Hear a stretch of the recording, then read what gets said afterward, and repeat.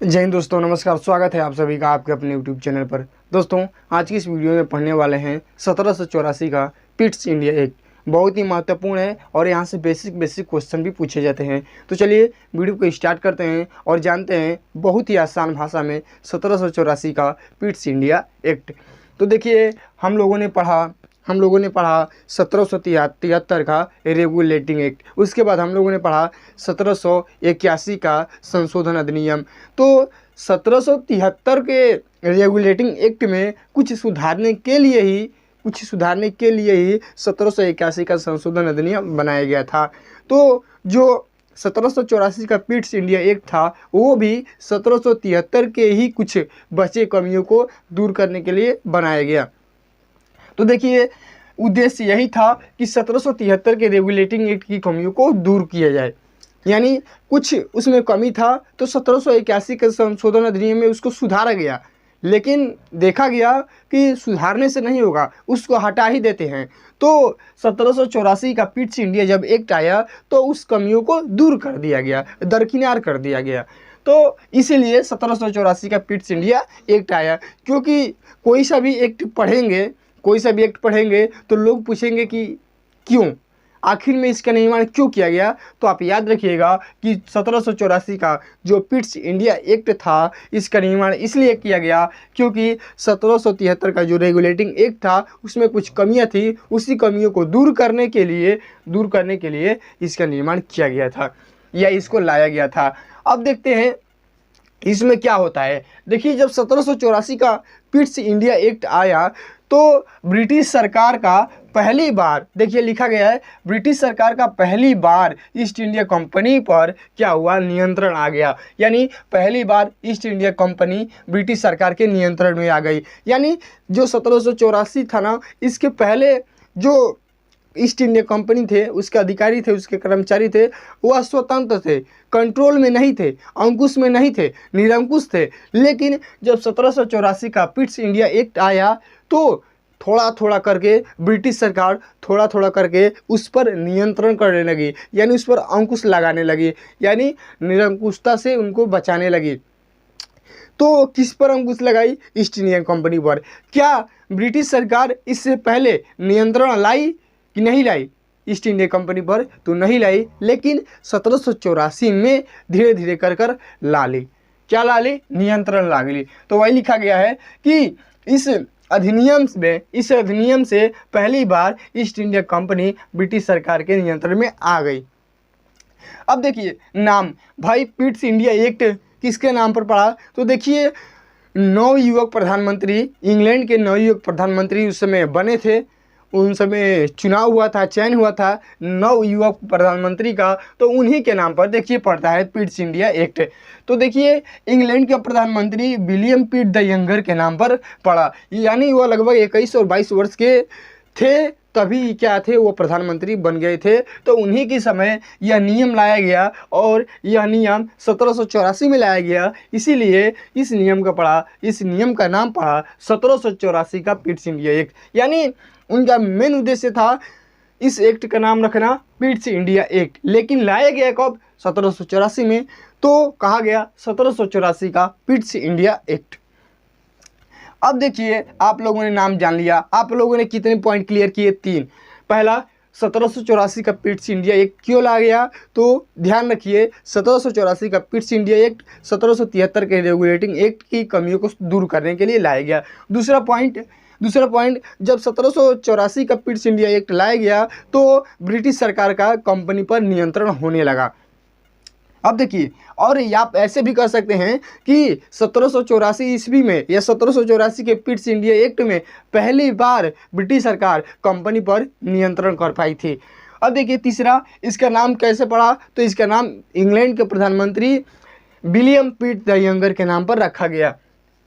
क्यों? क्योंकि उस समय, वर्तमान समय में ये वहाँ के प्रधानमंत्री थे इंग्लैंड के।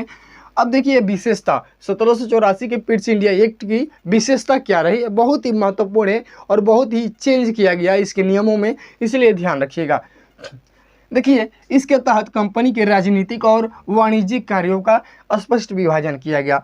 यहीं पर समझने वाली चीज़ है। देखिए, हमको क्या समझना है? हमको क्या समझाना है और आपको क्या समझना है। आपको वही चीज़ समझना है जो शब्द कठिन है, जिस शब्द का शायद आप अर्थ नहीं समझ पा रहे हो, आपको क्या समझना है वही समझना है, न कि इसके तहत कंपनी के, ये तो नाम जानते ही हैं। लेकिन अब आपसे आपको क्या समझना है यहाँ पर, राजनीतिक और वाणिज्यिक कार्य क्या होता है। देखिए इसको, देखिए पहला विशेषता यह बताया जा रहा है पिट्स इंडिया एक्ट के द्वारा कि इसके तहत कंपनी के राजनीतिक और वाणिज्यिक कार्यों का विभाजन किया गया।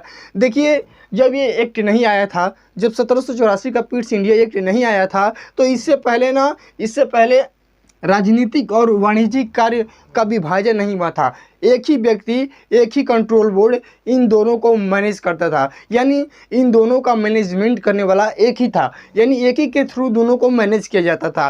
कौन कौन, राजनीतिक कार्य और वाणिज्यिक कार्य, इन दोनों को एक ही व्यक्ति के द्वारा मैनेज किया जाता था। यह एक बोर्ड कंट्रोल था जो दोनों कार्यों को मैनेज करता था एक साथ। तो बताइए, एक व्यक्ति दो कार्य एक साथ कर सकता है क्या अच्छे से? दो कार्य एक व्यक्ति अकेले अच्छे से कर सकता है? नहीं कर सकता है। करेगा भी तो 50% इसको देगा, 50% इसको देगा। यदि एक कार्य को उसको दिया जाए करने के लिए तो पूरा फोकस 100% उसी में लगाएगा। तो सरकार ने क्या किया कि इसके राजनीतिक कार्य और वाणिज्यिक कार्यों को अलग अलग विभाजन कर दिया। यानी कहा कि जो राजनीतिक कार्य वाले हैं वह राजनीतिक कार्य को देखेंगे, और जिनका कार्य व्यापारिक कार्य को देखना है वो व्यापारिक कार्यों को देखेंगे। यानी सरकार ने यही नियम लगाया कि राजनीतिक कार्य के लिए अलग व्यक्ति रहेगा, अलग कंट्रोल बोर्ड रहेगा, और वाणिज्यिक यानी व्यापारिक कार्यों के लिए अलग कंट्रोल बोर्ड रहेगा। जो व्यापारिक कार्यों के लिए जो कंट्रोल बोर्ड रहेगी वह सिर्फ व्यापारिक कार्यों पर ही ध्यान देगी, व्यापारिक कानून नियम बनाएगी, कहाँ लेन देन करना है, कहाँ से खरीदना है, कहाँ बेचना है, मतलब क्रय विक्रय सबका लेन देन का क्या करेगी, नियंत्रण रखेगी व्यापारिक वाली। और राजनीतिक वाली जो कंट्रोल बोर्ड रहेगी वह सिर्फ राजनीति के ही मुद्दे पर, राजनीतिक कार्यों पर ही अपना नियम कानून बनाएगी। कब युद्ध करना है, कब क्या करना है, किससे संधि करनी है, क्या करना है, ये सब कार्य क्या करेगी, राजनीतिक कंट्रोल बोर्ड वाली करेगी। तो बताइए कितना अच्छा हो गया। अब पहले क्या करते थे, पहले एक ही कंट्रोल बोर्ड था और उसको राजनीतिक कार्य भी देखना था और वाणिज्यिक कार्य भी देखना था। लेकिन जब 1784 का पिट्स इंडिया एक्ट आया तो सरकार ने दिमाग लगाया कि ससुरा अकेले कैसे करेगा दो चीज़ को, मतलब कि दो कार्य का मतलब कि एक व्यक्ति के पास दो स्त्री, यानी एक व्यक्ति के पास दो औरत। तो बताइए कैसे हो पाएगा। इसी तरह यहाँ पर भी देखिए कि एक व्यक्ति था, एक कंट्रोल बोर्ड था और उसके दो कार्य थे, तो 50-50% देगा भाई, कैसे मैनेज करेगा। लेकिन सरकार ने दिमाग लगाया कि यदि हम लोग इसको दो कंट्रोल बोर्ड में विभाजित कर देते हैं, वाणिज्यिक कार्य को संपन्न करने के लिए अलग कंट्रोल बोर्ड की स्थापना और राजनीतिक कार्य को करने के लिए अलग कंट्रोल बोर्ड की स्थापना यदि करते हैं तो बहुत ही अच्छा होगा, और उसमें हर कंट्रोल बोर्ड अपने कार्य को, अपने अंजाम को 100% देगा। तो बहुत ही अच्छा दिमाग लगाया और क्या किया, स्पष्ट विभाजन कर दिया। कब, 1784 के पिट्स इंडिया एक्ट में। अब थोड़ी सी संकोच बताइए आपको कहाँ हो रही होगी कि एक बार बता दीजिए कि वाणिज्यिक कार्य और राजनीतिक कार्य। तो देखिए राजनीतिक कार्य का मतलब कि उस समय राजनीतिक कार्य का मतलब कि किससे युद्ध करना है, किससे क्या करना है, किससे सीमा बदलना है, क्या करना है, किस सीमा का विस्तार करना है, नहीं करना है, किससे लड़ाई करना है, झगड़ा करना है, क्या किसको अपना बनाना है, नहीं बनाना है, क्या क्या किस किस क्षेत्र पर कब्जा करना है, ये सब राजनीतिक कार्य था। यानी किसे संधि करना है, किसे युद्ध करना है, कब विराम करना है, कब स्टार्ट करना है, ये सब क्या था, ये राजनीतिक कार्य था। और व्यापारिक कार्य का मतलब कि कितना किनना है, कहाँ से किनना है, माल कितना किनना है, कितना बेचना है, क्रय विक्रय लेन देन सबका क्या करना, एक मैनेजमेंट करना, ये किसका कार्य था, व्यापारिक कार्य था ये। तो व्यापारिक वाले अब व्यापारिक पर ध्यान देने लगे और राजनीतिक कार्य वाले अब राजनीतिक कार्य पर ही ध्यान देने लगे। यानी अब इसका जो बोर्ड कंट्रोल था अब इस पर शासन नहीं करेगा और इसका बोर्ड कंट्रोल इस पर शासन नहीं करेगा। एक बार और समझिए कि इसका बोर्ड कंट्रोल इसके कार्यों में हस्तक्षेप नहीं करेगा और इसका बोर्ड कंट्रोल इसके कार्यों में हस्तक्षेप बिल्कुल नहीं करेगा। इसीलिए 1784 का पिट्स इंडिया एक्ट बनाया गया। अब देखिए दूसरा पॉइंट, इसके तहत निदेशक मंडल, देखिए कभी कभी आपको हिंदी में भी लिखा आएगा और कहीं कहीं इंग्लिश में भी लिखा आएगा, तो आप हिंदी और इंग्लिश भरसक प्रयास करिए दोनों साथ साथ याद रखने का। देखिए इसके तहत यानी किसके तहत, देखिए जब ऐसा लिखा होना इसके तहत या इसके अनुसार या इस अकॉर्डिंग, तो आप ये देखिए इसके तहत का मतलब कि जो आप अधिनियम जो बातें पढ़ रहे हैं इसके तहत, तो देखिए इसके तहत का मतलब क्या, 1784 का पिट्स इंडिया एक्ट के तहत निदेशक मंडल को इंग्लिश में बोर्ड ऑफ डायरेक्टर्स के नाम से जानते हैं, को कंपनी के व्यापारिक मामलों की देखरेख की अनुमति दे दी गई। यानी क्या किया गया कि जो बोर्ड ऑफ डायरेक्टर्स था ये पहले दोनों चीज़ को देखता था, यानी राजनीतिक कार्यों को भी देखता था और वाणिज्यिक कार्यों को भी देखता था। कार्य कर सकते हैं या मामला कर सकते हैं, यानी राजनीतिक मामलों को भी देखता था और वाणिज्यिक यानी व्यापारिक मामलों को भी देखता था। कौन, बोर्ड ऑफ डायरेक्टर्स, पहले 1784 के पिट्स इंडिया एक्ट के पहले, यानी बोर्ड ऑफ डायरेक्टर्स को यही ड्यूटी दी गई थी कि आप राजनीतिक मामलों को देखिए और वाणिज्यिक यानी व्यापारिक मामलों को देखिए। कब, 1784 यानी पिट्स इंडिया एक्ट के पहले। देखिए लेकिन क्या किया गया, 1784 के पिट्स इंडिया एक्ट यानी इस अधिनियम के तहत जो बोर्ड ऑफ डायरेक्टर्स था उसको कंपनी के व्यापारिक मामलों की देखरेख की अनुमति दे दी गई। यानी पहले तो दोनों देखता था, लेकिन कहा गया नहीं भैया तुम रहने दो, तुम सिर्फ व्यापारिक मामलों पर यानी वाणिज्यिक कार्यों पर ही ध्यान दो। हम लोग खुद राजनीतिक मामलों पर ध्यान देने के लिए, राजनीतिक मामलों की देखरेख करने के लिए हम एक नया संगठन बना रहे हैं। हम उस बोर्ड कंट्रोल को उसके हाथों में राजनीतिक कार्यों को सौंप देंगे और तुम क्या करो कि ये जो दो देख रहे हो ना, दो कार्य एक साथ देख रहे हो ना, एक हमको वापस कर दो। यानी एक कार्यों को छीन लिया गया, किससे, बोर्ड ऑफ डायरेक्टर से एक कार्यों को छीन लिया गया। यानी राजनीतिक कार्यों को, राजनीतिक मामलों को बोर्ड ऑफ डायरेक्टर से छीन लिया गया। कब, 1784 के पिट्स इंडिया एक्ट में। देखिए इसके तहत निदेशक मंडल यानी बोर्ड ऑफ डायरेक्टर्स को कंपनी के व्यापारिक मामलों की देखरेख की अनुमति दी गई। यानी वाणिज्यिक कार्य को ही सिर्फ आप देखरेख करिए, एक आपसे हम छीन रहे हैं, एक हमको वापस कर दीजिए। तो एक ले लिया गया। अब भाई एक लेकर किसको दिया गया, तो ब्रिटिश सरकार ने, ब्रिटिश संसद ने एक नया संगठन बनाया बोर्ड ऑफ कंट्रोल। उस पर इसका नियंत्रण होने लगा। यानी जो बोर्ड ऑफ कंट्रोल थी वह सिर्फ राजनीतिक मामलों को ही देखने लगी। पढ़िए ध्यान से। इसके तहत बोर्ड ऑफ डायरेक्टर्स को कंपनी के व्यापारिक मामलों की देखरेख की अनुमति दे दी गई, लेकिन राजनीतिक मामलों के लिए एक नए संगठन बनाए गए और जिसका क्या नाम था, नियंत्रण बोर्ड यानी बोर्ड ऑफ कंट्रोल। एक बार और समझाऊंगा, बढ़िया से समझाऊंगा, क्योंकि मेरा उद्देश्य ही आसान भाषा में समझाने का है। देखिए एक ही चीज़ पर दो लोगों का शासन होने लगा ना। पहले क्या करता था, पहले एक ही व्यक्ति दोनों चीज़ पर कानून बनाता था, नियम बनाता था, लेकिन जब इसका विभाजन हुआ तो इसको कौन चलाया, इसका बोर्ड ऑफ डायरेक्टर्स मालिक हो गया और इसका बोर्ड ऑफ कंट्रोल मालिक हो गया। यानी एक बोर्ड ऑफ कंट्रोल इसको चलाने लगा और एक बोर्ड ऑफ कंट्रोल इसको चलाने लगा। यानी इसको चलाने के लिए अलग अलग कंट्रोल बोर्ड की स्थापना की गई। लेकिन इसको देखिए, क्या दो रूपों से शासन हो रही है, एक ही स्थान पर, एक ही चीज़ पर दो रूपों से शासन हो रही है ना। जैसे वाणिज्यिक कार्य और राजनीतिक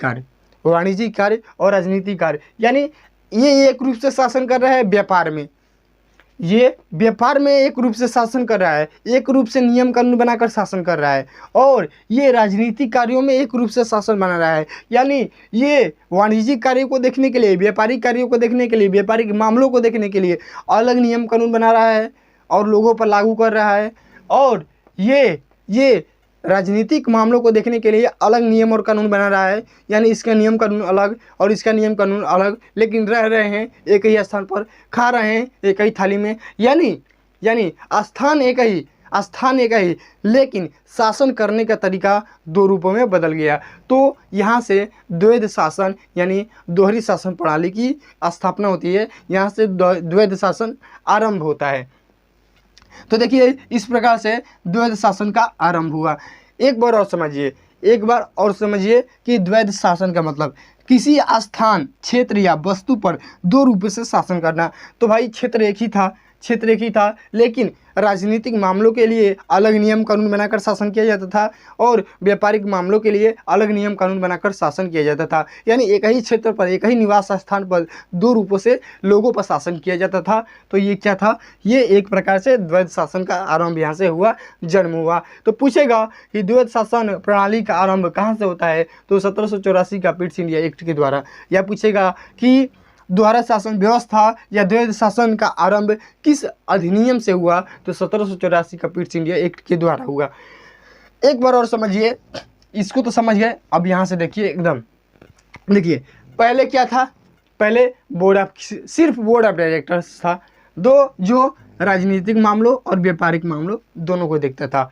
बोर्ड ऑफ डायरेक्टर्स को हिंदी में निदेशक मंडल कहते हैं। ध्यान दीजिएगा, पहले क्या था? तो पहले बोर्ड ऑफ डायरेक्टर्स था, निदेशक मंडल था, जो राजनीतिक कार्यों को भी, यानी राजनीतिक मामलों को भी देखता था और प्लस में व्यापारिक मामलों को भी देखता था। लेकिन ये किसके पहले देखता था? ये 1784 का जब पिट्स इंडिया एक्ट नहीं था उससे पहले देखता था। लेकिन जब 1784 का पिट्स इंडिया एक्ट आया उसके बाद, यानी लेकिन अब जब 1784 का पिट्स इंडिया एक्ट आ गया है, तो अब देखते हैं कि अब क्या होता है। अब क्या हुआ कि नए संगठन का निर्माण किया, यानी ब्रिटिश संसद ने, ब्रिटेन की सरकार ने नए संगठन का निर्माण किया जिसका नाम बोर्ड ऑफ कंट्रोल था। यहाँ पर समझे हैं, बोर्ड ऑफ कंट्रोल था, यानी बोर्ड ऑफ कंट्रोल था। और इसको जिम्मा दे दिया गया कि भाई साहब लो, हम इसके मुंह से एक चीज़ छीन लेते हैं। ये 2 चीज़ को अकेले खा रहा है और तुम भूखे मरे हो, तो इससे एक चीज़ को छीन लेते हैं, यानी राजनीतिक मामला को इससे छीन लेते हैं, अब हम तुमको दे देते हैं। देखिए, नए संगठन का निर्माण किया गया और इसका नाम रखा बोर्ड ऑफ कंट्रोल, और इसको जिम्मेदारी दे दी गई, इसको काम सौंप दिया गया राजनीतिक मामलों को भी। भैया तुम राजनीतिक मामलों को देखो। अब बोर्ड ऑफ कंट्रोल का कार्य क्या था, इसको समझिए। इसके द्वारा ब्रिटिश सरकार को भारत में कंपनी के सैनिक, असैनिक तथा राजस्व संबंधी मामलों में एकाधिकार प्राप्त हो गया। यानी जब बोर्ड ऑफ कंट्रोल की स्थापना हुई तो ब्रिटिश सरकार को भारत में कंपनी के सैनिक, असैनिक तथा राजस्व संबंधी मामलों में एकाधिकार प्राप्त हो गया। यानी जब ये आया तो राजनीतिक मामलों में एकाधिकार प्राप्त हुआ, यानी जो शासन व्यवस्था पहले थोड़ी क्या हुई थी, डगमगी हुई थी, वह एक निश्चित रूप में आना स्टार्ट हो गई और एकाधिकार प्राप्त हो गया। यानी एकाधिकार प्राप्त का मतलब कि सिर्फ राजनीतिक मामलों पर बोर्ड ऑफ कंट्रोल का एकाधिकार प्राप्त हो गया। अब इस पर ये बोर्ड ऑफ डायरेक्टर्स का कोई हक नहीं रहा। अब देखिए, board of controls, board of directors, board of control देख लिए, अब बोर्ड ऑफ डायरेक्टर्स तो व्यापारिक मामलों की देखरेख करने में लगा। यानी इसका जो पहले कार्य था, ये तो दोनों कार्य करता था, लेकिन एक कार्य छीन लिया गया। अब कहा गया कि तुम सिर्फ व्यापारिक मामलों पर ही ध्यान दो बाबू, इसमें आने की ज़रूरत नहीं है। हम एक इसके लिए नए संगठन की व्यवस्था कर लिए हैं, तुम क्या करो कि सिर्फ व्यापारिक मामलों को ही देखो और राजनीतिक मामलों को इसे छीन कर और नए संगठन बोर्ड ऑफ कंट्रोल के हाथों में दे दिया गया, जिसका कार्य ये था।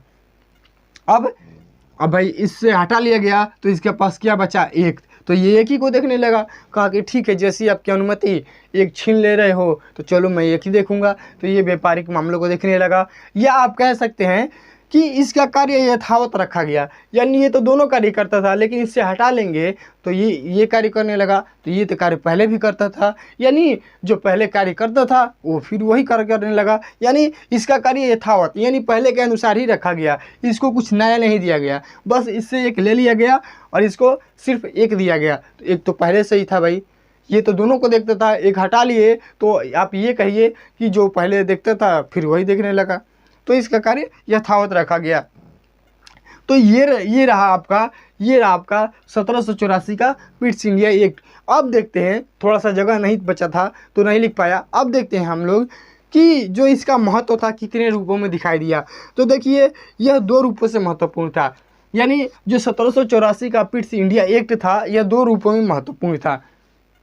इतना तो आप देख लिए, एकदम यहाँ पर क्लियर हो जाना चाहिए। अब हम लोग देखते हैं कि जो 1784 का पिट्स इंडिया एक्ट था वो महत्वपूर्ण था, 2 रूपों में महत्वपूर्ण था, 2 रूपों में महत्वपूर्ण था। पहले देखिए, भारत में कंपनी के अधीन क्षेत्र थे उसे पहली बार ब्रिटिश आधिपत्य का क्षेत्र कहा गया। देखिए कितनी गहरी बात बोल रही है कि जो भारत में कंपनी के अधीन जो क्षेत्र थे, यानी जो भारत में जो ईस्ट इंडिया कंपनी थी उसके अधीन में जो क्षेत्र थे, जो भारत में ईस्ट इंडिया कंपनी आई थी, ईस्ट इंडिया कंपनी की स्थापना हुई थी, जो उसने जो जो क्षेत्र पर अधिकार किया था, जिस जिस स्थान पर अपना कब्जा जमाया था, उसे पहली बार 1784 के पिट्स इंडिया एक्ट में ब्रिटिश सरकार का आधिपत्य कहा गया। बात को ध्यान रखिएगा कि जो 1784 का पिट्स इंडिया एक्ट था वह दो रूपों में महत्वपूर्ण था। पहला बात कि जो भारत में ईस्ट इंडिया कंपनी की स्थापना हुई थी, जिस भारत में ईस्ट इंडिया कंपनी की स्थापना हुई थी, और उस ईस्ट इंडिया कंपनी ने भारत के जिन जिन क्षेत्रों पर, जिन जिन भूमि पर अपना कब्जा किया था, उस पर एकाधिकार जमाया था, उसे 1784 के पिट्स इंडिया एक्ट में पहली बार ब्रिटिश सरकार का आधिपत्य कहा गया। यानी आधिपत्य का मतलब धन संपत्ति, यानी जिस पर ना जो ईस्ट इंडिया कंपनी अपना अधिकार प्राप्त कर ली थी ना, उसको कहा गया यह ब्रिटिश सरकार की क्या है, धन है, संपत्ति है, कहा गया। अब देखिए अगला बात, ब्रिटिश सरकार द्वारा भारत में कंपनी के कार्यों और प्रशासन पर पूरी तरह से कंट्रोल हो गया। जब उसने, देखिए एकाधिकार यहाँ पर लिखा है ना, अब देखिए बात क्या कह रहा है, एकाधिकार प्राप्त हो गया, यानी ब्रिटिश सरकार को भारत के कंपनी के सैनिक तथा राजस्व संबंधी मामलों में एकाधिकार प्राप्त हो गया। तो महत्वपूर्ण चीज़ दूसरी देखिए, ब्रिटिश सरकार द्वारा भारत में कंपनी के कार्यों और प्रशासन पर पूरी तरह से कंट्रोल हो गया, यानी इस पर क्या हो गया, एकाधिकार प्राप्त हो गया या कंट्रोल हो गया, नियंत्रण हो गया। अब देखिए इसके द्वारा ही प्रशासनिक ढांचे का निर्माण किया गया।